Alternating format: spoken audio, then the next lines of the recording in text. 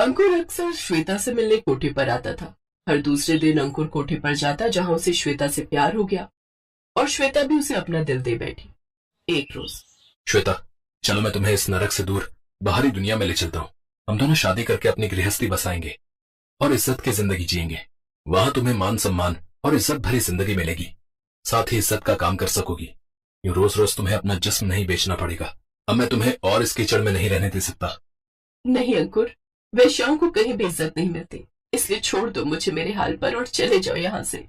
इसका मतलब तुम्हें बिल्कुल भी अपने अंकुर पर भरोसा नहीं है ना? ठीक है, फिर अभी इस चाकू से मैं अपनी कलाई काट लेता हूँ। फिर तो तुम्हें यकीन हो जाएगा ना कि मैं तुम्हें कितना प्यार करता हूँ। श्वेता ने उसके हाथ से चाकू छीन लिया और उसके सीने से लगते हुए बोली, अपनी सांसों से भी ज्यादा भरोसा करती हूँ तुम पर, लेकिन समाज से मुझे डर लगता है। क्या ये समाज मुझे आम लड़कियों जैसी जिंदगी जीने देगा? मैं एक बार इस नरक से निकल गई तो यहाँ के दरवाजे हमेशा के लिए मेरे लिए बंद हो जाएंगे। क्या तुम मुझे अपनी पत्नी का दर्जा दे पाओगे? क्या लोगों से कह पाओगे कि एक वैश्या तुम्हारी पत्नी है? ओफो डार्लिंग, मैं प्यार करता हूँ तुमसे। हाँ, कुछ दिन भले ही हमें तंगी में काटने होंगे क्योंकि मेरे परिवार वाले हमें इतनी जल्दी अपनाएंगे नहीं। इसलिए तुम अपने साथ कुछ पैसे, गहने और जो भी कीमती सामान हो वो रख लेना। मैं रात को 2 बजे पीछे वाली खिड़की की तरफ तुम्हारा इंतजार करूंगा। अंकुर ने श्वेता को अपने प्यार के जाल में इस कदर फंसा लिया था कि वो उसके लिए कुछ भी करने को तैयार हो गई।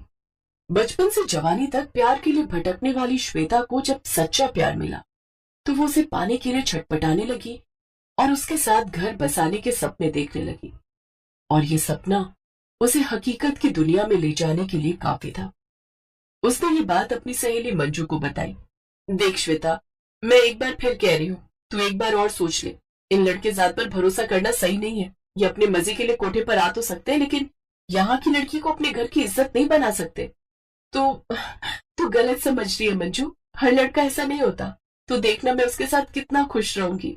रात को अंकुर उसका इंतजार कर रहा था। श्वेता ने अपना सारा कीमती सामान एक बैग में रखा और खिड़की से नीचे पहले अपना बैग फेंका और फिर रस्सी के सहारे नीचे उतर आई। रात में सभी पहरेदार सो रहे थे, इसलिए किसी की भी उस पर नजर नहीं गई। श्वेता आज बहुत खुश थी। आज वो आजाद थी। अंकुर उसे लेकर रेलवे स्टेशन की ओर गया। कुछ देर बाद वो ट्रेन में बैठे। हम कहाँ जा रहे हैं अंकुर? हम लोग माधवपुर जा रहे हैं। वहाँ मेरा दोस्त रहता है, उसने सब इंतजाम कर लिया है। थोड़ी देर में ट्रेन चलने लगी। फिर बीच रास्ते में जब श्वेता को भूख लगी तो अंकुर ने उसे समोसे लाकर खाने को दिए। उनको खाते ही श्वेता की आंखें भारी होने लगी। अंकुर, मुझे ना बहुत तेज नींद आ रही है, तो मेरे इस बैग का ध्यान रखना। कुछ ही देर बाद अगला स्टेशन आ गया। अंकुर ने चुपचाप वो बैग उठाया और वहाँ से चला गया। कुछ घंटे बाद सुबह के 9 बज गए। टीटी वहाँ आया और उसने श्वेता को उठाया। ए लड़की, उठो, सभी स्टेशन खत्म हो गए। कहाँ जाना तुम्हें? और तुम्हारी टिकट कहाँ है? मेरी टिकट? अंकुर, वो कहाँ है? उसने हर तरफ देखा, ना उसे कहीं अंकुर दिखा और ना ही अपना बैग। अंकुर कहाँ गए? और मेरा वो बैग कहाँ है? उन्हीं के पास मेरी टिकट थी। डिब्बा पिछले 1 घंटे से खाली हो गया है। लगता है घर से भाग कर आई हो और वो तुम्हें चकमा दे गया। वैसे तुम्हें जाना कहाँ है? माधवपुर। हाँ, यही नाम बताया था उसने। पागल लड़की, इस नाम की यहाँ कोई जगह नहीं है। वो तुम्हें टोपी पहना गया। अब टिकट तो छोड़ो, लेकिन जल्दी से यहाँ से उतर जाओ, नहीं तो मेरी नौकरी खतरे में पड़ जाएगी, समझी? चलो जाओ यहाँ से। श्वेता ट्रेन से उतर गई। उसके तो जैसे पैरों तले जमीन ही खिसक गई।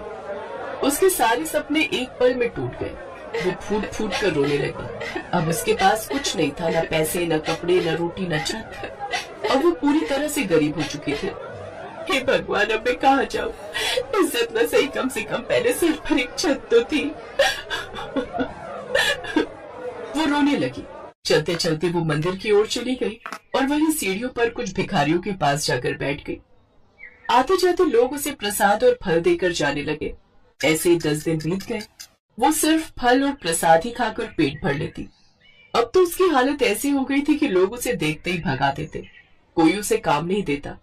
गंदे बदबूदार कपड़े और बाल बिखरे हुए वो भिखारियों वाली जिंदगी जीने लगी। मंदिर में जो भी आता वो उसे प्रसाद और फल के अलावा कुछ नहीं देता। सब्जी रोटी खाने के लिए तो जैसे वो तरस ही गई थी। वो ढाबे पर जाकर कुछ खाने को मांगती तो लोग उसे दुत्कार कर भगा देते।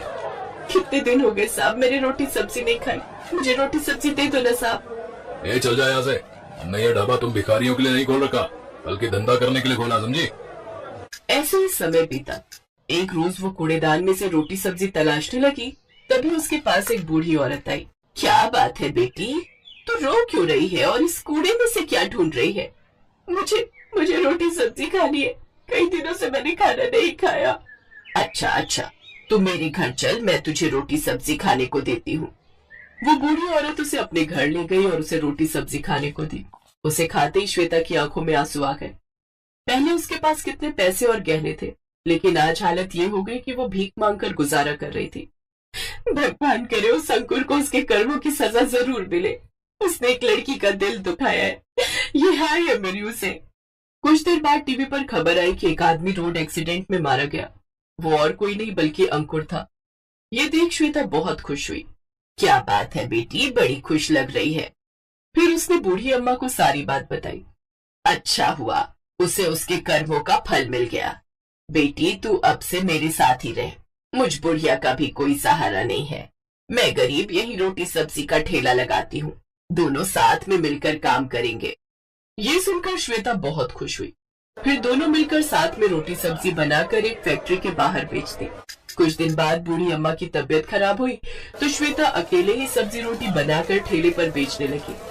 उसके हाथ की सब्जी रोटी सबको बड़ी पसंद आई और अब उसका ठेला काफी अच्छा चलने लगा। उसने बूढ़ी अम्मा का इलाज अच्छे अस्पताल में करवाया, जिससे वो जल्दी ठीक हो गई। लेकिन अब श्वेता ने उन्हें गले पर बिठा दिया और अकेले ने सारा ठेला संभाल लिया। दिन पर दिन वो दोनों तरक्की करती गई और एक रोज उन्होंने खुद का बड़ा घर खरीद लिया। फिर कुछ समय बाद उन्होंने खुद की दुकान खोल ली। अब सब श्वेता की खूब इज्जत करते और उसे खूब प्यार सम्मान देते। श्वेता अब अपनी इस नई जिंदगी में बेहद खुश थी।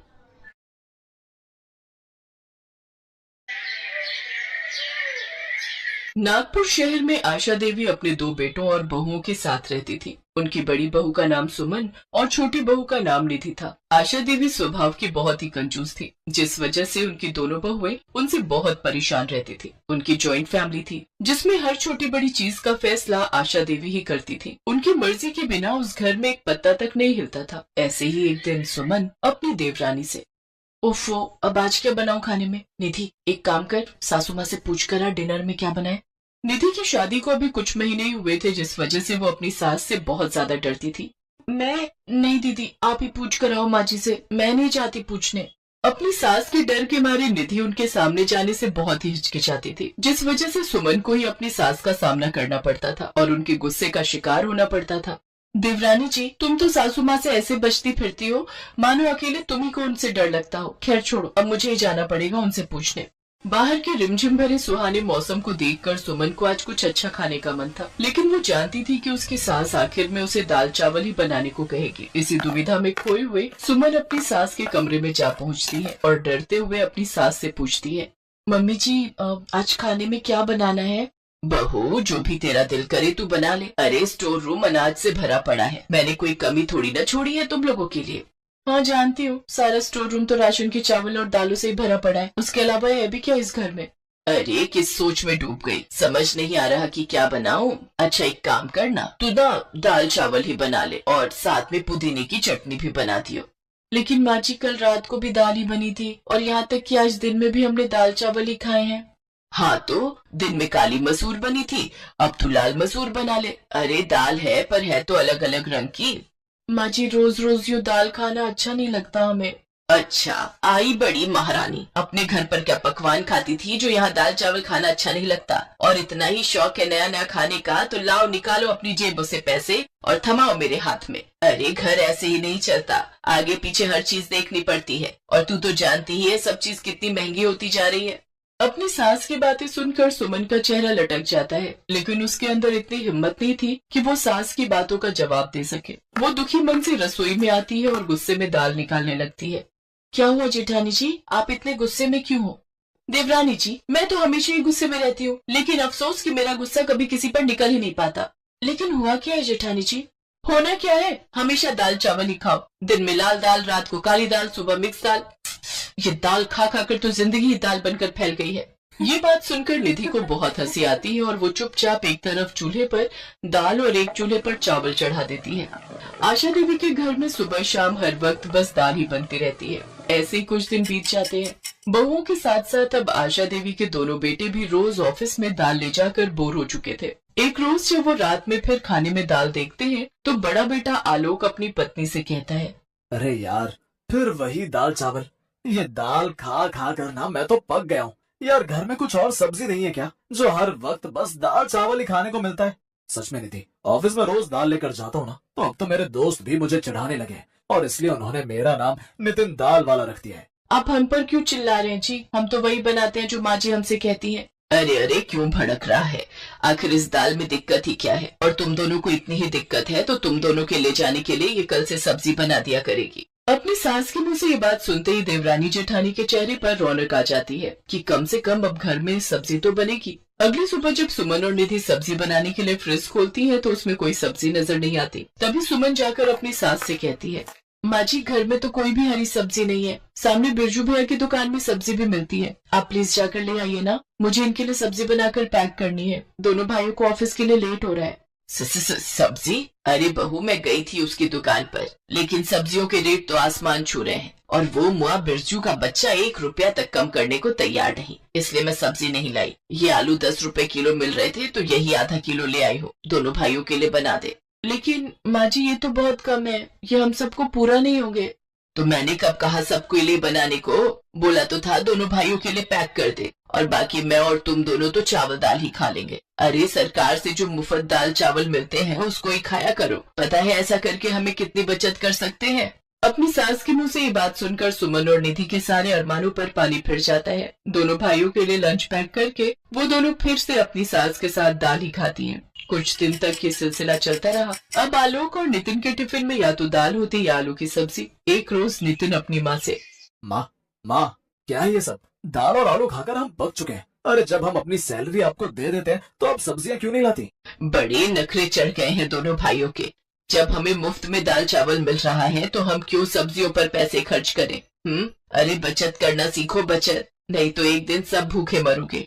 और जब तक मैं जिंदा हूँ इस घर में यही बनेगा। खाना है तो खाओ, नहीं तो भूखे रहो। आशा देवी अपने आगे किसी की नहीं सुनती और इसका असर ये हुआ कि दोनों भाई चोरी छुपे बाहर का खाना खाने लगे। रोज बाहर का खाना खा खा कर उनका पेट खराब हो गया। एक रात दोनों पेट पकड़कर जोर जोर से चिल्लाने लगे, सुमन, मेरे पेट में बहुत दर्द हो रहा है। निधि, जल्दी से डॉक्टर को फोन करके बुलाओ। तभी सुमन भी चक्कर खाकर बेहोश हो गई। हे राम, ये आखिर क्या हो रहा है? सुमन बहू उठो, इसे क्या हो गया? माँ जी, मैं अभी डॉक्टर को बुलाती हूँ। रुको, डॉक्टर को बुलाने की जरूरत नहीं है, मैं अभी तुम तीनों की नजर उतार देती हूँ। मेरे परिवार को जरूर किसी की नजर लग गई है। बस भी करो माँ जी, बहुत हुई आपकी ये कंजूसी। निधि जल्दी से डॉक्टर को फोन करके घर बुलाती है। देखिए, आपके दोनों बेटों ने पिछले कुछ दिनों से लगातार बाहर का खाना खाया है, जिस वजह से इनका पेट खराब हो गया है। इन्हें इंजेक्शन लगा दिया है, थोड़ी देर में आराम आ जाएगा। और आपकी बहू लगता है ये सब्जियां नहीं खाती, जिसके कारण इनके शरीर में जरूरी पोषक तत्वों की कमी हो गई है। मैंने इनको मल्टीविटामिन का इंजेक्शन दे दिया है, कुछ ही देर में होश आ जाएगा। लेकिन अगर ये ऐसे ही हरी सब्जियां खाने से बचती रही तो इन्हें जल्दी हॉस्पिटल में एडमिट करना पड़ेगा। पता नहीं आप लोग समझते क्यों नहीं, खाने में सब्जियों की जरूरत हमें उतनी ही है जितनी जीने के लिए सांस की।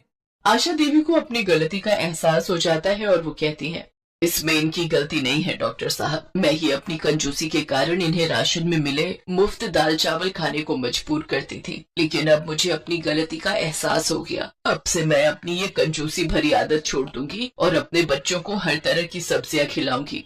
और इस तरह से अब आशा देवी के घर में तरह तरह की स्वादिष्ट सब्जियां बनने लगी और दाल चावल अब हफ्ते में 2 बार ही बनते थे। अब सभी घर वाले हर रोज अलग अलग सब्जियां खाकर बहुत खुश थे।